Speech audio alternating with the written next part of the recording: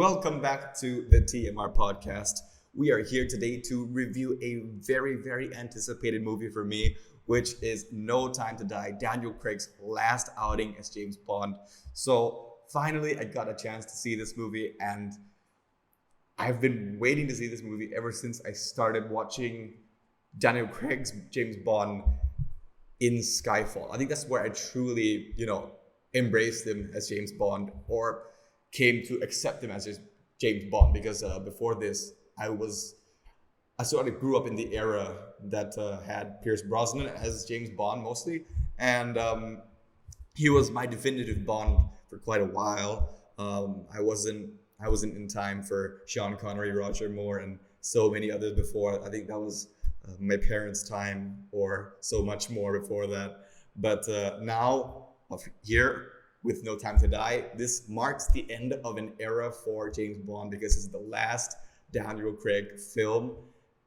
And I gotta say, it is bittersweet, and I'm going to miss him as James Bond, because I just felt that he was really starting to own the role, and that I really feel that this picture, this film, No Time to Die, is easily his best outing as James Bond yet.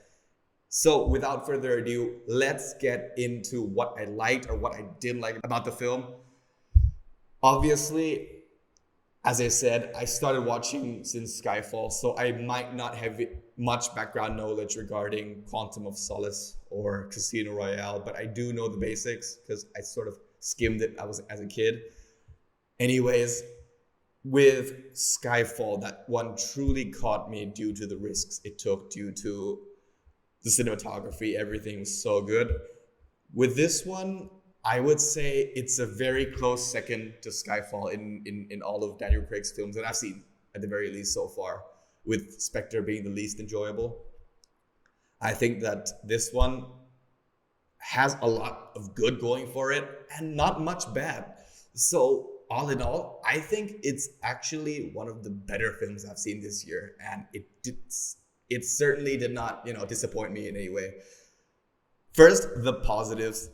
Guys, as I said before, Daniel Craig's performance in this film is easily the best that you've seen him in, and the pure emotion he brings to the role, the pure, the feels that he makes you feel is just so evident to see. And I feel that he's the best Bond when it comes to raw emotion or things to lose. Because with a lot of James Bond movies, dating back to Pierce Brosnan or Sean Connery or Roger Moore, all of these guys, they didn't have much to lose. If you killed the main lead actress off, the Bond girl per se off, it's okay. They'll find another one in the next one.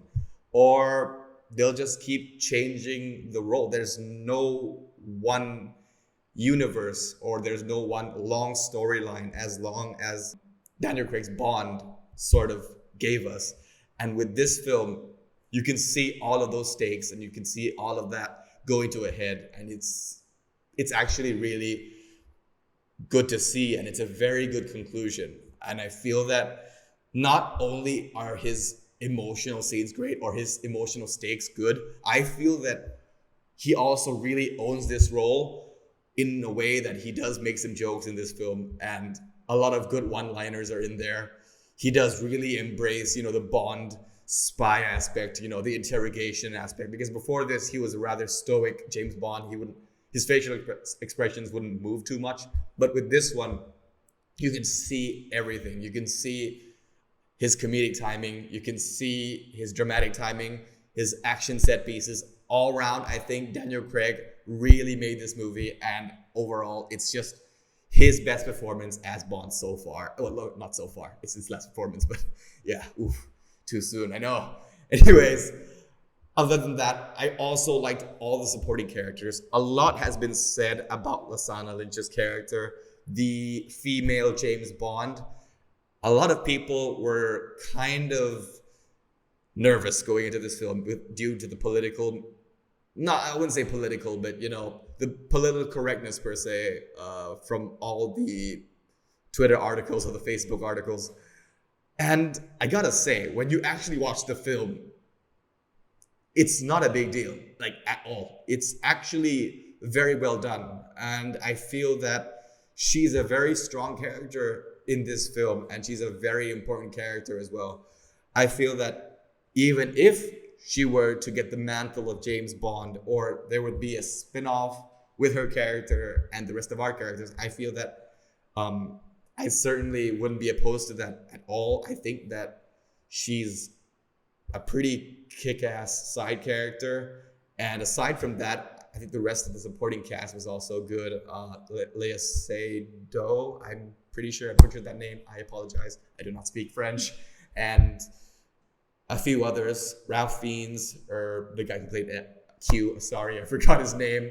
All of them did their jobs. All of them were great. I feel, however, that what this film excels in is the direction and the pacing. It's a very well-paced and well-directed film. The action set pieces are clear, are evident to see. They're good, they're hard-hitting, and they're well-edited. They're not edited like to hell, like a lot of action movies that we see nowadays that they have 2 or 3 seconds in between each cut. I feel that this one, a lot of attention and a lot of care was put into the direction and the pacing. 2 hours and 44 minutes for me flew by. It absolutely flew by. I did not get bored, not even for a single minute, with No Time to Die. However, I did see some other negatives, so I'm just gonna get into it. Look, I like and I appreciate what Daniel Craig, or James Bond, and Madeline, basically his love interest, tried to bring to this film, which is a sense of stakes and emotion.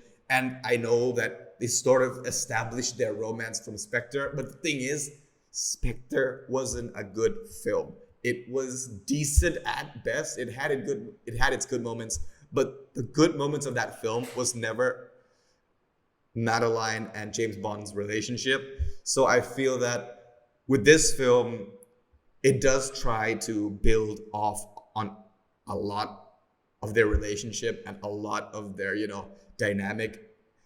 They do have chemistry in this film. It's clear to see, more so than the previous film, but it just didn't feel. I mean, it could have spent more movies trying to establish that, or at the very least, give her and him a few more scenes in this film, trying to just hammer home that relationship, so we could feel something towards the end of the film when, spoiler alert, happens. I'm not going to say anything because this is a spoiler-free review, but aside from that, another thing that I feel was crazily misunderused was Rami Malek as the villain, because I feel that Rami Malek is a great actor. We've seen him literally win an Oscar for Bohemian Rhapsody, and I knew that going into this film, he wouldn't be in it as much as I would want him to, because he's not in the trailers a lot, and I didn't want to be proved right, but unfortunately I was. So with this one, his character isn't given a lot to do. Sure, he does feel menacing. Sure, he does his best with what he's given. Like, it's sort of like a situation where he can't outshine Bond, because this is basically Bond's, Daniel Craig's last film. But at the same time, like, his motivation isn't all that strong either. It's basically just another revenge story from not even Bond's past. It's, it's the past of Madeline Swan. It's I do feel that there was room for improvement there. Rami Malek is a very talented actor, and he should have been given so much more to do, script-wise, motivation-wise, and just everything as a whole. But at the end of the day, guys, casting all the negatives aside, I did feel that this was a very enjoyable movie for me, and definitely will be in my end-of-year best movies of 2021 list. Whether it be number 1, 2, 3, 4, it remains to be seen. But I did really enjoy it, and I do recommend it for all of those fans of Daniel Craig, fans of James Bond, and definitely fans of well-made film. Because this, at the end of the day, say what you will about Daniel Craig's Bond franchise, but one thing that you cannot argue with for the most part is that they are well made. They're well made. So guys, I'm going to give No Time to Die an 8 out of 10. Guys, thank you so much for listening, and please don't forget to like this video and subscribe. It'll help me a lot. Turn my 30 views into 300 views. I'm too optimistic. Guys, thank you so much, and I'll see you on the next review.